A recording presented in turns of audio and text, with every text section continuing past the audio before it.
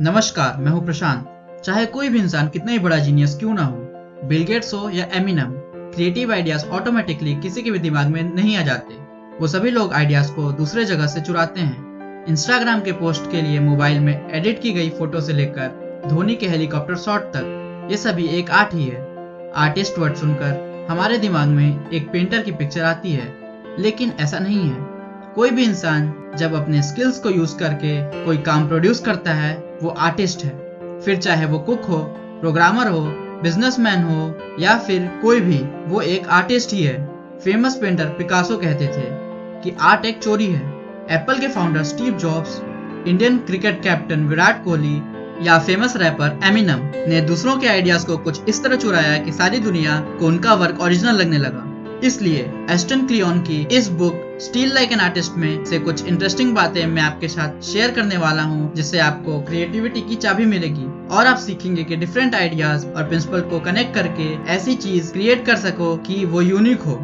पहला प्रिंसिपल है nothing is original. Steve jobs ने कहा था, गुड आर्टिस्ट आइडिया को कॉपी करते हैं, पर ग्रेट आर्टिस्ट आइडिया को ही चुरा लेते हैं। उनका मतलब था, जो नॉर्मल लोग होते हैं वो दूसरों को कॉपी करने की कोशिश करते हैं, लेकिन जो ग्रेट आर्टिस्ट होते हैं वो उसी चीज को डीपली स्टडी करके कुछ इस तरह ट्रांसफॉर्म करते हैं कि उसकी खुद की पहचान उस काम में झलकने लगे। हमें लगता है कि जो हाईली क्रिएटिव लोग होते हैं वो बहुत ही ज्यादा अनएक्सेप्शनल और टैलेंटेड होते हैं, लेकिन ऐसा नहीं है। वो भी हमारी तरह एक नॉर्मल इंसान ही है, बस सेम काम को अलग ढंग से पेश करने के तरीके उन्हें हमसे अलग बनाते हैं। बुलेट प्रूफ जैकेट्स जो हम सोल्जर्स को पहने देखते हैं, वो मकड़ी के जाल से इंस्पायर्ड है। अगर आपने गौर किया होगा कि मकड़ी का जाल खींचने पर आसानी से नहीं टूटता, क्योंकि वो ऐसे प्रोटीन का मिक्सचर है जिसकी टेंसाइल स्ट्रेंथ बहुत होती है।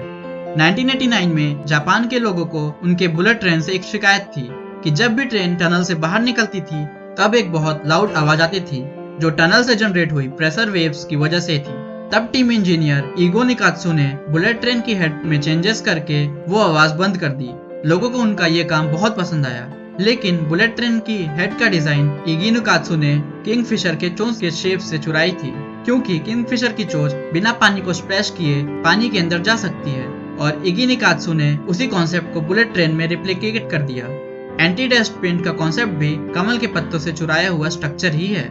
ब्लॉकबस्टर मूवीज के डायरेक्टर भी पुरानी कहानियों और कथाओं को ट्विस्ट देकर नए रूप में प्रेजेंट करते हैं। मतलब जो भी चीज हमें ओरिजिनल लगती है, असल में वो पुरानी बनाई चीजों का मिक्सचर वर्जन ही होती है। Everybody is inspired by somebody. 90% ideas किसी न किसी से इंस्पायर्ड ही होती है, लेकिन अगर दुनिया में सब पहले से ही है तो न्यू आर्ट बनाने का क्या फायदा। सब चीजें जो बोली जानी चाहिए वो ऑलरेडी बोली जा चुकी है, लेकिन किसी ने सुना नहीं, इसलिए उसे वापस बोला जाना जरूरी है।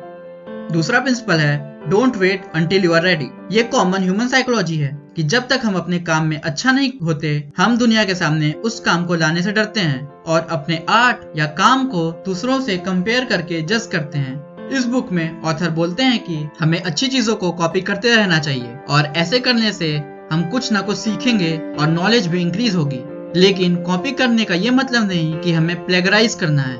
कोई भी काम 100% एक्यूरेटली नहीं किया जा सकता, तो कॉपी करने पर भी कुछ गैप्स रह ही जाती हैं, और उनको जब हम खुद से फिल करते हैं तो वो काम हमारा ओरिजिनल काम बनकर निखरता है। तीसरा प्रिंसिपल है क्रिएटिविटी इज सब्ट्रैक्शन। अक्सर हमें लगता है कि जितना ज्यादा काम हम करेंगे वो बेहतर है, लेकिन जब बात क्रिएटिविटी और इफेक्टिव वर्क की आती है तो ऑथर ने बताया है कि लेस इज मोर। मतलब किसी काम को छोटे से छोटे टाइम में करके और उसे और आसान बनाना ही क्रिएटिविटी है, और ये क्रिएटिविटी अपने वर्क में डेडलाइन देने पर ही निखरती है। डेडलाइन का घंटा गले में टांगे रहने पर हम काम को करने के डिफरेंट शॉर्टकट्स निकाल लेते हैं। बिल गेट्स ने भी कहा है, I will prefer to hire lazy person over super active, क्योंकि लेजी पर्सन किसी भी प्रॉब्लम को सॉल्व करने का शॉर्टकट खोजेगा, और यही आज सारी दुनिया को जरूरत है।